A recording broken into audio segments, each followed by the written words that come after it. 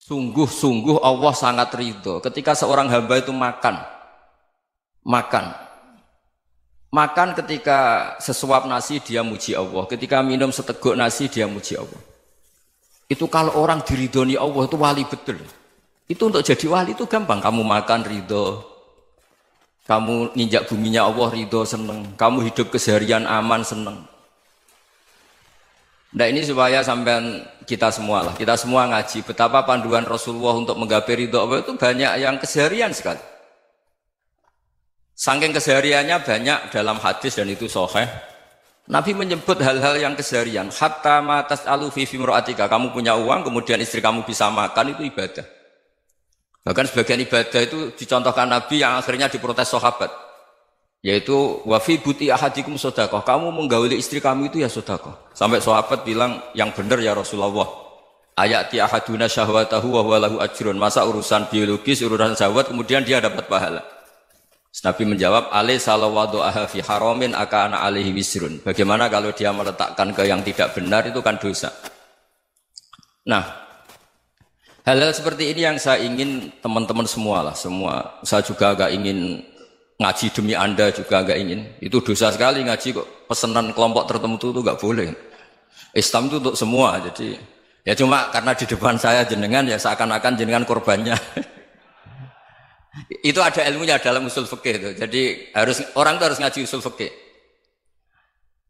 Nama yang disebut, mungkin Mas Sufyan masih ingat zaman ngaji usul fikih. Nama yang disebut itu tidak jaminan sebagai prioritas perintah. Jadi misalnya gini, kebetulan yang di depan Nabi itu Abu Dzar. Nabi ya bilang, ya Abu Dzarin ini uhibbuka misalnya, atau ya Mu'ad ini muhibbuka, atau ya Abu Hurairah ini uhibbuka misalnya. Banyaklah riwayat yang Nabi nyebut ya Abu Dzarin, ya Mu'ad, ya Abu Hurairah. Kemudian misalnya Nabi meneruskan khitab, ini uhibbuka, saya mencintai kamu, fakul dubur sholatin, atau sebagian riwayat disebut fala tada'an la dubura kulli sholatin, Allahumma inni ala dzikrika wa syukrika wa husni ibadatik. Saya mencintai kamu, siapa saja, Mu'ad bisa, Abu Dzar bisa siapa. Saya mencintai kamu, mohon kalau habis sholat kamu jangan lupa wiridan Allahumma inni ala dzikrika wa syukrika wa husni ibadatik. Ya Allah, tolong kami permudah supaya mudah ingat Engkau. Anda tidak bisa mentang-mentang, wong nama saya Parmin, nama saya Purnomo, itu yang diperintahkan Mu'ad misalnya. Jadi yang disebut satu, tapi khitab itu untuk siapa saja. Saya teruskan. Jadi saya mohon semua kita melakukan kebaikan itu, kalau dalam kaidah fikih disebut al-yakin la yuzalu bisyak. Banyak kebaikan yang kebenarannya itu 100%. Tidak punya efek samping ke pihak lain, ke kelompok lain, ke komunitas lain. Itu tadi misalnya Anda makan, dan itu murah sekali, hanya butuh satu piring. Setiap punyaan kamu muji Allah, setiap minum kamu muji Allah. Itu redaksinya Rasulullah SAW disebut, Allah sangat ridho ketika seorang hamba makan, kemudian dia memuji Allah. Atau minum, kemudian dia muji Allah. Logikanya gampang, negara seperti ini yang kamu harapkan bentuknya kayak apa, mertua, ipar, komunitas, tetangga, itu nyata terjadi itu kan belum pasti. Sementara yang mesti terjadi adalah kamu butuh makan, kalau tidak mati.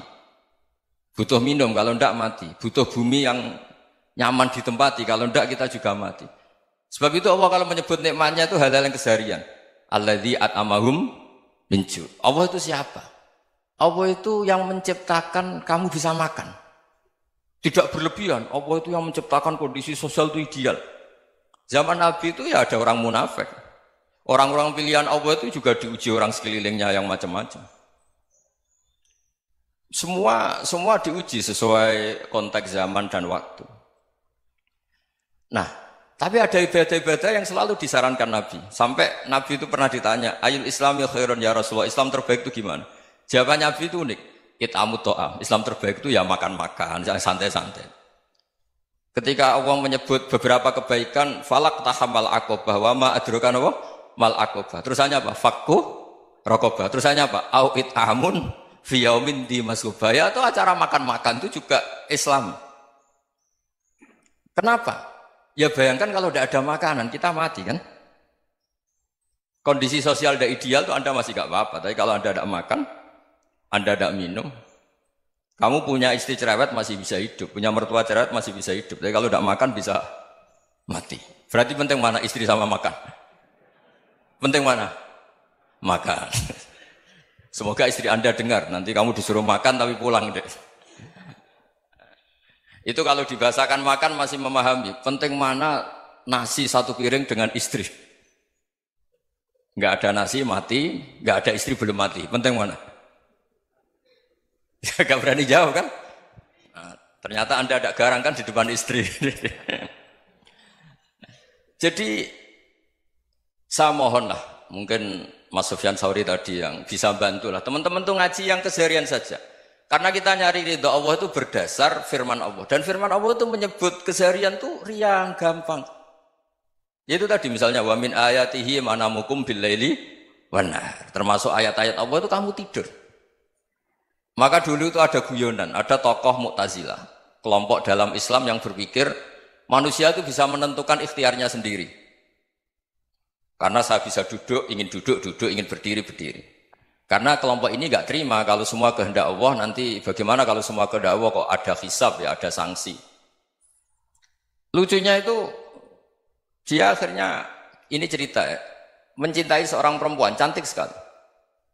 Dan itu dia menjadi ahli sunnah itu oleh hal-hal yang sepele. Karena istrinya cantik, ya namanya suami istri itu hubungan intim.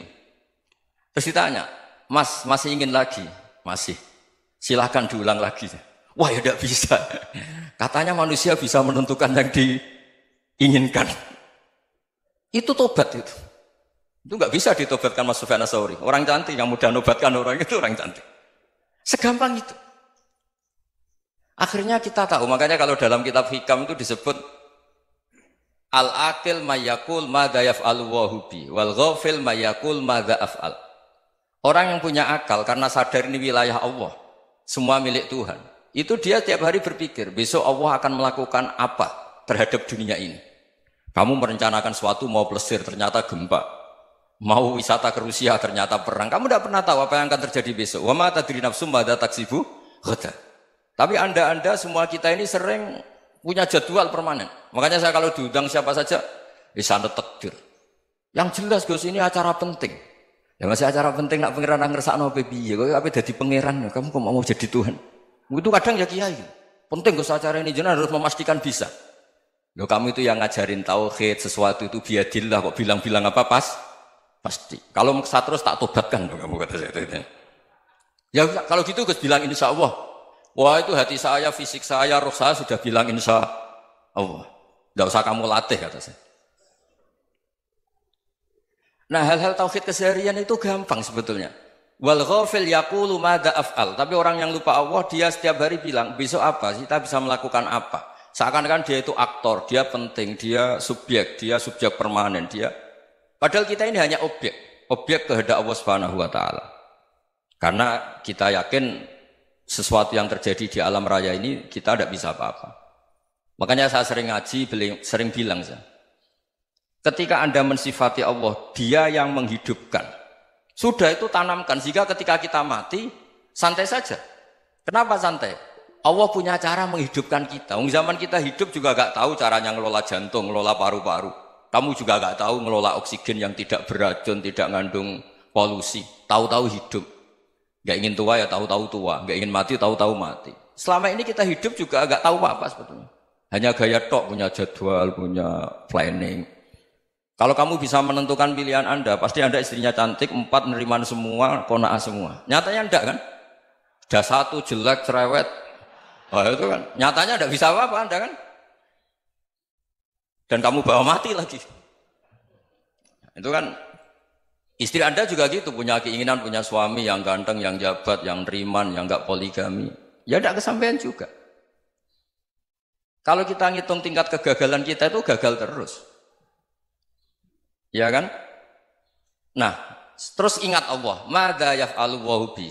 Orang yang punya akal selalu berpikir Allah itu menghendaki apa terhadap saya.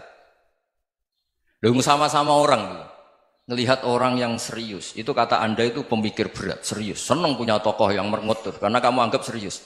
Tapi sebagian orang anggap orang yang serius itu wong merengut, wong masam, wong muka kok ditekuk. Jadi sama itu hati ya muqallibal qulub tsabbit qalbi ala dinik, karena kita nggak tahu cara berpikir kita tentang orang lain, tentang